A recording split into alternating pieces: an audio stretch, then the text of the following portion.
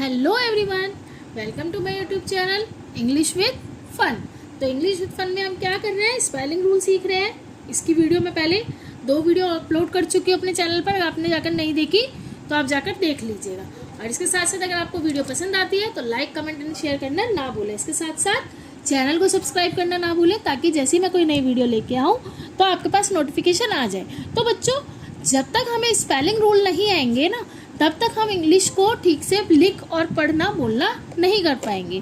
ठीक है, तो स्पेलिंग रूल हमने 5 करके कर रहे हैं, ताकि आपको भी कोई प्रॉब्लम ना हो। हर वीडियो में मैं 5 रूल सिखाती हूँ, आप उनको अच्छे से देख लीजिए, मतलब सुन लीजिए। चाहे उसको अगेन फॉरवर्ड बैकवर्ड कर करके उसको वीडियो को देखकर आप उसको समझिए, ताकि आपको इंग्लिश पढ़ने लिखने बोलने में प्रॉब्लम ना हो। इंग्लिश कहीं का कोई हवा नहीं है कि हमें आएगी नहीं। अगर हमें उसके अच्छे रूल पता है, सही से रूल पता है कि 2 वर्ड्स मिलकर या 2 वॉवल्स मिलकर, या हमारे वर्ड्स अल्फ़ाबेट्स कहाँ साइलेंट होते हैं, कहाँ पर क्या प्रोनाउंसिएशन होगी, कहाँ पर उसकी वॉइस क्या होगी, वो सारे अगर हमें अच्छे से आ जाएंगे तो हमें इंग्लिश को हवा या इंग्लिश से हमें डर नहीं लगेगा, क्योंकि हम इंग्लिश के सारे रूल पढ़ चुके हैं। और मैंने क्या करा है अपने यूट्यूब चैनल पर इंग्लिश विद फन में, आपको स्टार्टिंग बेसिक से करिए। तो उसमें हमने इंग्लिश की मात्राएं यानी वॉवल का यूज़, कॉन्सोनेंट का यूज़, कौन सा वॉइस कहाँ, मतलब कौन सा अल्फ़ाबेट्स कहाँ कौन सी वॉइस निकालता है, कौन सा अल्फ़ाबेट्स कहाँ पर साइलेंट होगा, या फिर कहाँ पर उसकी जैसे ड ट, इसकी भी मैंने आपको एक वीडियो बनाई है। ड कहाँ पे, डी कहाँ पर, ड ट ज कहाँ पर कौन सी वॉइस निकालता है, वो भी जाकर देख लीजिएगा। अभी जो हमारी क्लास चल रही है वो है स्पेलिंग रूल्स की, कि हम कौन सी वॉइस कहाँ पर क्या निकलेगा, कौन सा रूल क्या लगेगा। ठीक है, तो हम स्टार्ट करते हैं। और अगर आपको इसके साथ साथ मेरी वीडियो अच्छी लगती है तो उसको लाइक करें। तो देखो, रूल नंबर हमारा चल गया अब 6। सॉरी, कल हमने 5, परसों हमने 5 करे थे, नहीं, अब है हमारा रूल नंबर 11। ठीक है, तो रूल नंबर 11 कहता है कि जब वर्ड में, किसी भी वर्ड में क्या आए, वर्ड में जब 2 या 3, यानी कि 2 या 3, 2 या 3 जो कॉन्सोनेंट होते हैं, देखो मैंने आपको बता दिया है कॉन्सोनेंट किसे कहते हैं। वॉवल को छोड़कर, वॉवल हमारे 5 होते हैं जो हमारी इंग्लिश की मात्राएं कहलाती हैं, ए ई आई ओ यू। उनको छोड़कर जो हमारी B C D F G जो हमारे अल्फ़ाबेट्स हैं, उनको कॉन्सोनेंट कहते हैं। तो जब 2 या 3 कॉन्सोनेंट के बीच में आई आएगा, आई आएगा या आई आ जाए, तो आई को हम क्या पढ़ते हैं, आई को हम छोटी ई की मात्रा यानी कि ई पढ़ते हैं। क्या पढ़ेंगे, ई पढ़ते हैं। ठीक है, तो मैंने आपको क्या बोला था, जो ए ई आई ओ यू होते हैं, ये इंग्लिश की मात्राएं होती हैं। ये होती है हमारी मात्राएं, किसकी, इंग्लिश की। और हिंदी की मात्राओं का ही इससे, जैसे आई है तो ई, आ ई उ ये होता है। ठीक है, तो जैसे हमने लिखा, हमने लिया क्या लिख सकते हैं, हाँ, हमने लिया KID, तो इसको हम कीड नहीं पढ़ते हैं ना, क्या पढ़ते हैं इसको हम, इतना तो हमें भी पता है, इसे कीड तो नहीं पढ़ा जाता। क्यों, क्योंकि ये किड होता है। क्या होता है, किड होता है। कि ई यानी कि शॉर्ट साउंड, शॉर्ट साउंड आएगी किड, इड, किड, कीड नहीं, किड। तो देखो क्या है, 2 कॉन्सोनेंट के बीच में, अब मैंने ये बोला 2, 3 कॉन्सोनेंट के बीच में भी आई आएगा तो भी क्या होगा, वो ई की वॉइस निकालेगा। जैसे मैं कोई वर्ड लेती हूँ, 3 वर्ड का, हाँ, जैसे मैंने लिया BILL। अब देखो ये 3 कॉन्सोनेंट के बीच में आई आया है, तो हम इसको बिल नहीं पढ़ेंगे, क्या पढ़ते हैं उसको, बिल, यानी कि शॉर्ट साउंड आएगी, ई की शॉर्ट साउंड आएगी, क्या आई, बिल। अच्छे से समझ में आया, यानी कि 2 या 3 कॉन्सोनेंट के बीच में जब आई आएगा तो हम बिल, छोटी ई की मात्रा, यानी कि छोटी वॉइस ई की मात्रा आएगी। अब हम नेक्स्ट करते हैं रूल नंबर 12। रूल नंबर 12 क्या कहता है, रूल नंबर 12 कहता है, जब वर्ड में लास्ट में क्या आ जाएगा, एन जी साथ में आएगा, ठीक है। तो एन जी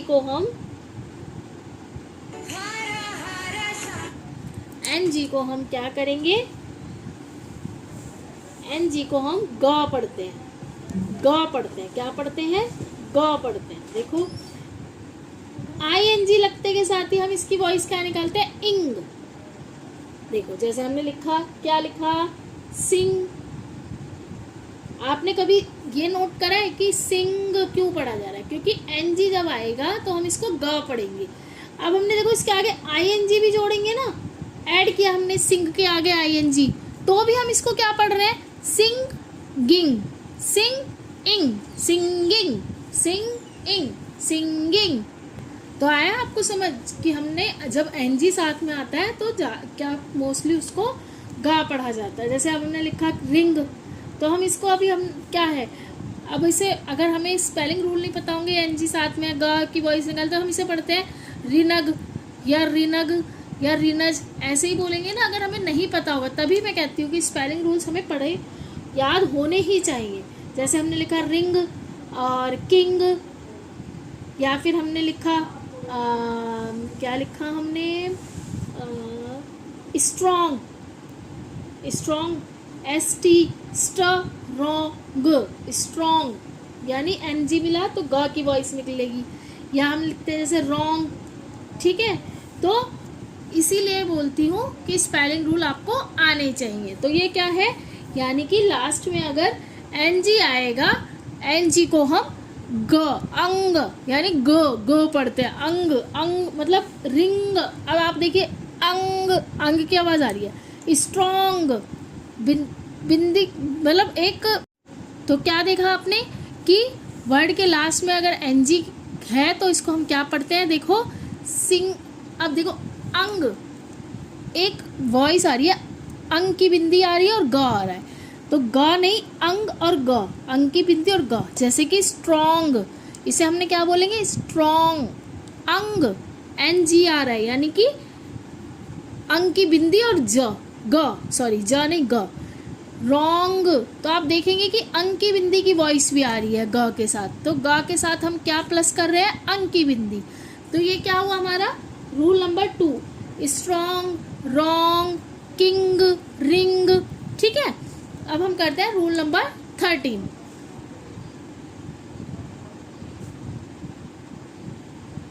यानी अंग की बिंदी आएगी, गा से पहले अंग की बिंदी की वॉइस आएगी, किसकी आएगी, अंग की वॉइस की, ठीक है। अब ये है रूल नंबर 13 रूल। और अगर आपने ये रूल्स कर लिए तो अब आप कभी भी कोई भी मिस्टेक नहीं करेंगे इंग्लिश में, ठीक है। तो इसके लिए आपको रूल आने बहुत ज़रूरी है। अब है क्या है रूल नंबर 13, वर्ड में अगर क्या आए, वर्ड में अगर फ साउंड आए, क्या साउंड आए, फ की साउंड आए, तो क्या होगा, एफ का यूज होगा, किसका, एफ का यूज होगा। अब आप बोलेंगे कि फ का यूज तो हम पीएच में भी करते हैं, तो इसके ऊपर मैं वीडियो बनाऊंगी, पीएच मतलब फ कहाँ पर पीएच यूज होगा और कब हम एफ लिखेंगे, यानी पीएच कहाँ लिखेंगे फ में और फ। लेकिन 95% वर्ड्स में, मान लीजिए 5% अलग रखकर 5% वर्ड में अगर फ की वॉइस आती है तो वो क्या होगा, एफ से यूज होगा। जैसे आपने लिखा फिश, FISH, फिश, फिश। ऐसे ही फ्रॉग, FROG, फ्रॉग। ऐसे ही जैसे हमने लिखा फॉक्स, फार्मर। तो आपने देखा फा की वॉइस आ रही है तो एफ से स्टार्ट हो रहा है, फार्मर। या फिर हमने लिखा एफ से और भी बहुत होते हैं, जैसे फ्रूट्स, फ्रूट्स। तो यानी कि कहने का मतलब है फा की साउंड आती है तो एफ का यूज होता है।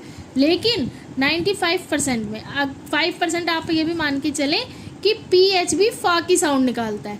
और इसका रूल अगर आपको जानना है तो कमेंट बॉक्स में लिखिएगा, मैं एक वीडियो बनाऊंगी कि फा को कब हम एफ लिखेंगे और कब पीएच लिखेंगे, वो वीडियो मैं आपको अलग से बनाकर दूंगी। ठीक है, तो आपको समझ में आया, वर्ड में अगर एफ आता है तो एफ का यूज होगा। किसका यूज होगा? एफ का यूज होगा। रूल नंबर 14 देखिए क्या कहता है।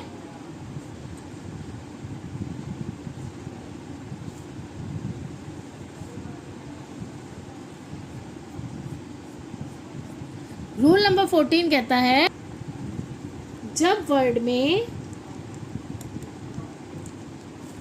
क्या आ जाए, लास्ट में आई ई आए, आई ई आए और बीच में भी, वर्ड के बीच में भी आई ई आएगा, तो आई ई को हम या तो आई या बड़ी ई की मात्रा ई पढ़ते हैं। ठीक है, क्या होता है, अगर लास्ट में आई ई आए या बीच में आए तो आई ई आएगा, तो आई को या तो आई पढ़ेंगे या ई। अब ये देखिए कहाँ पर पढ़ेंगे, देखो अगर लास्ट में आ रहा है, जैसे लास्ट में आया हमारा एल आई ई, तो इसको हम क्या पढ़ेंगे, लाई। क्या बोलेंगे, लाई। D I E, die. ठीक है, तो हमने आई यानी कि आई, ये दोनों आ रहे हैं आई। लेकिन अगर वर्ड के बीच में आ रहा है जैसे C H I E F, इसे हम क्या बोलते हैं, चीफ। इसे हम चाइफ नहीं पढ़ेंगे क्योंकि बीच में आया है आई ई। अगर लास्ट में आ रहा है तो मोस्टली आई यूज होगा, लेकिन अगर बीच में आ रहा है तो देखो बड़ी ई की मात्रा यानी चीफ।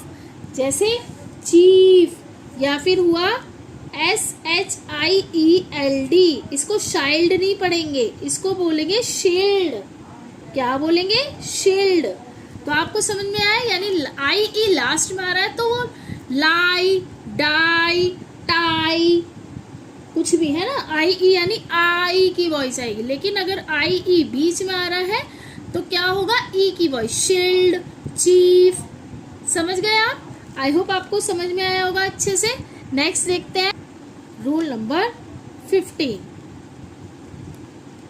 रूल नंबर 15 क्या कहता है, देखो जो जी है उसकी वॉइस मेन, जी की मेन वॉइस क्या होगी, ग होगी।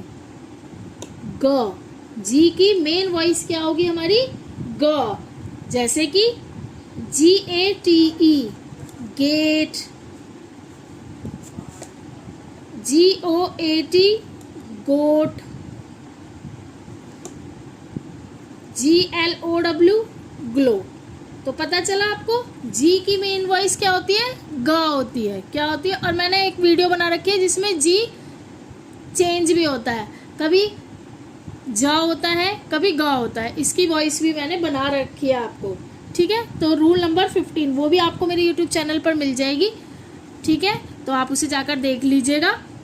और दूसरी चीज़, अगर हमें ये रूल आते हैं तो हमें कोई भी, यहाँ तक कि कोई भी इंग्लिश को पढ़ना बोलना सीखना बिल्कुल भी डर के नहीं कर सकता। वो इन रूल से अगर करेगा तो क्या होगा, हमें इंग्लिश को समझना पढ़ना बोलना आसानी से आ जाएगा।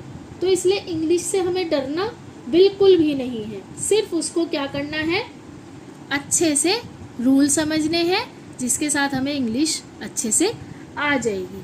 ठीक है, इसी के साथ हमारे 5 रूल्स आज हो गए हैं। आई होप आपको ये समझ में आएंगे। कल हम आगे का करते हैं। अगर आपको वीडियो थोड़ी बहुत भी लग रहा है यूज़फुल है तो लाइक करना ना भूलें, कमेंट एंड शेयर करना ना भूलें, और उसके साथ साथ मेरे चैनल को सब्सक्राइब करके बेल आइकन को प्रेस करना ना भूलें। ठीक है, तो आप बता दीजिएगा आपको किस टॉपिक पर वीडियो चाहिए। अभी तो मैं अपने हिसाब से कर रही हूँ, जैसे वॉवल साउंड की बेसिक से स्टार्ट कर रही हूँ तो बेसिक से बोल रही हूँ। अगर आपको लगता है कि नहीं पहले ये वाला काम कि साइलेंट वर्ड ये वाला सिखाइए वो सिखाइए, तो वो भी मैं आपको अच्छे से सिखा दूँगी। इसी के साथ हमारी वीडियो यहाँ ख़त्म होती है। आगे की वीडियो हम आगे का रूल हम नेक्स्ट वीडियो में कवर करेंगे। Bye everyone.